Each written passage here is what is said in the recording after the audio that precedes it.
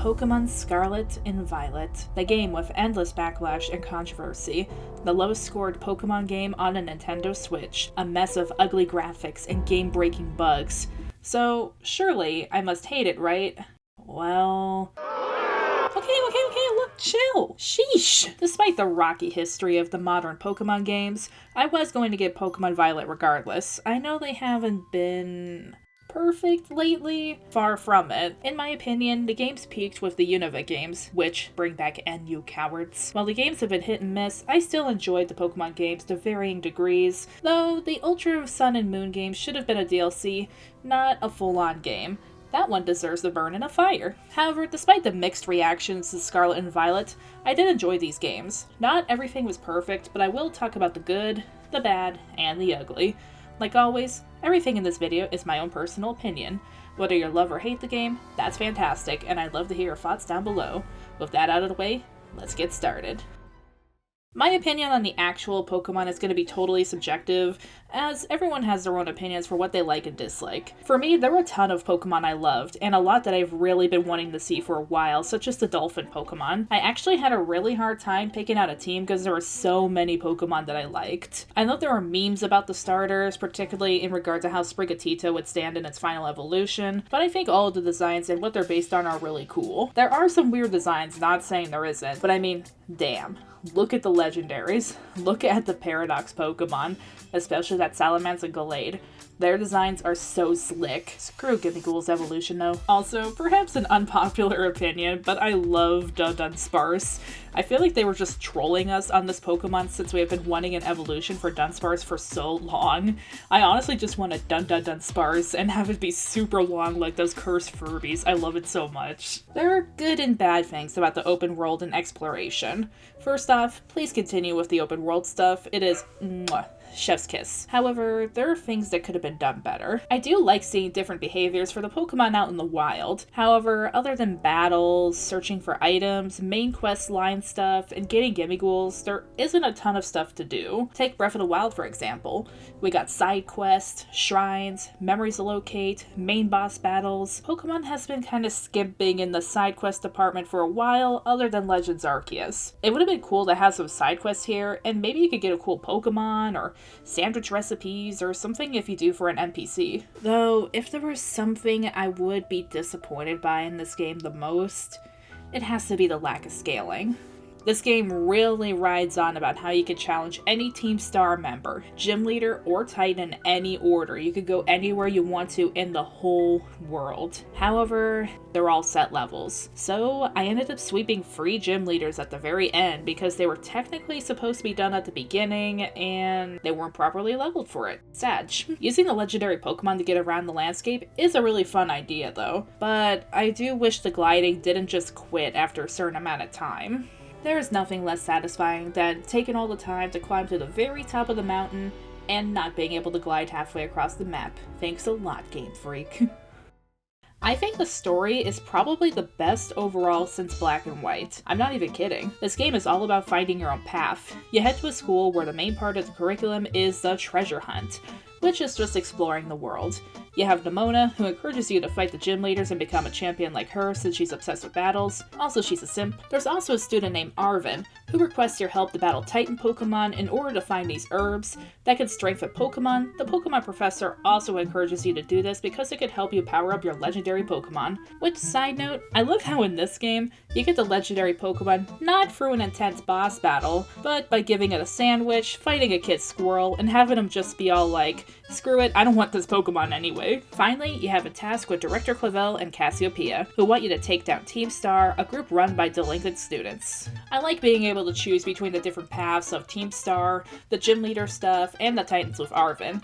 It is a bit slow in the beginning with getting you to school and getting you started, but once they finally let go of the leash, it's so much fun. I started with Arvin's Titan nonsense, mostly because I didn't like Arven at first, and I wanted to power up my funky lizard. And Arven quickly became my favorite. We're best buds. There are spoilers in regard to Arven's route after this point, so feel free to skip to here if you want to learn his story on your own. You find out the reason that he wants to find these herbs is to heal his Mabosstiff, who got badly injured when they were trying to find a professor, who is Arven's mother/father depending on which version you get, and no medicines or Pokemon centers are able to help his dog. You also find out that he hates your multicolored Toothless because his parent would ultimately neglect Arven's needs in order to pursue their research of time travel and the legendary Pokemon. Let's just add this new set of trash parents to the list. But yeah, his story really tugged on the heartstrings, and as soon as I found out about Mabosstiff, I was like, screw everything else, I have a doggy to save.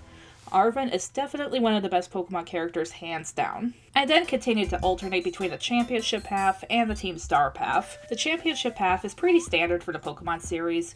You battle 8 colorful gym leaders, battle your rival occasionally, and fight the Elite Four and Champion. Nemona is a pretty standard rival character, but I do like that she's a himbo, and those who like the classic rivals are really gonna like her. The gym leaders themselves range in how memorable they are, but I do like a lot of them, and some of them are very creative.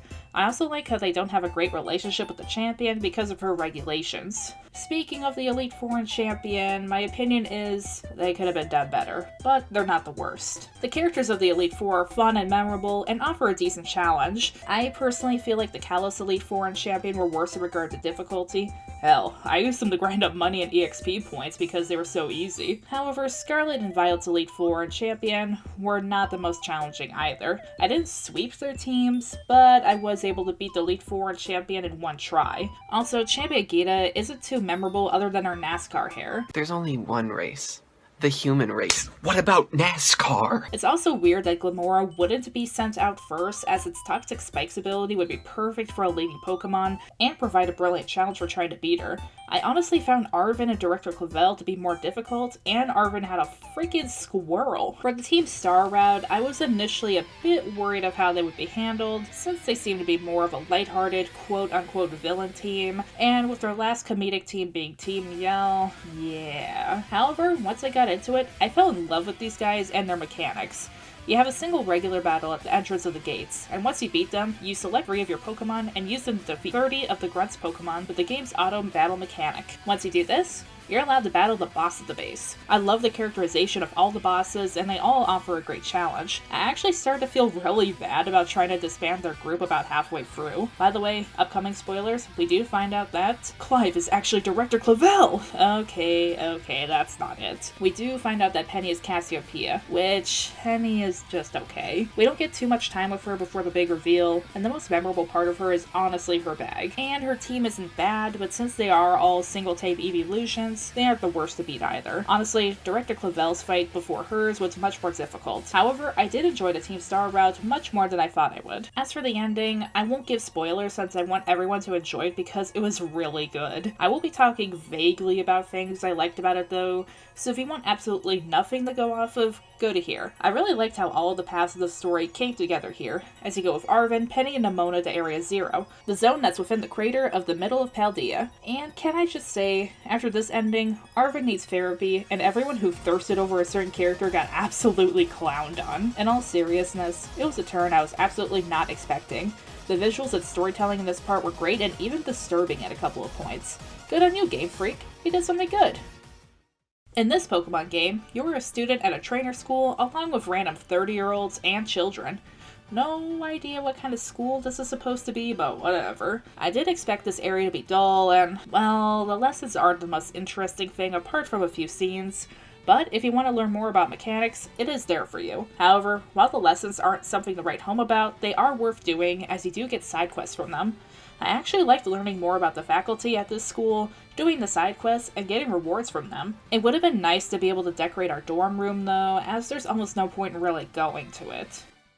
Okay, let's address the glittering elephant in the room. Terrestrializing isn't that great right now. It kind of feels like a worst Mega Evolution. It could have been fine, however, you can only use it once and you have to get it recharged at a Pokemon Center. It only changes your type to a single type, and it only boosts moves of your terrestrializing type. I honestly just ended up hardly ever using it. Next, we got the new auto battle mechanic, which is fantastic. It really helps with lengthy grinding sessions or to help clear out areas for new Pokemon to spawn. on. The mechanic from Pokemon Arceus where you could throw a ball to try to catch Pokemon without initiating battle was taken away for Scarlet Violet, which is honestly a shame as I really love that mechanic. It would be nice to see it brought back for future installments. We also get picnics, which is kind of the replacement for Pokemon daycares and Pokemon Amy, except we don't get to pet our Pokemon or give them Pokepuffs. Bring that back, you cowards! However, we do get to throw a ball and watch them jump off cliffs to go get it, make sandwiches that are about as well put together as my personal life, and breed Pokemon. The sandwiches all have different effects in the game depending on what ingredients you use,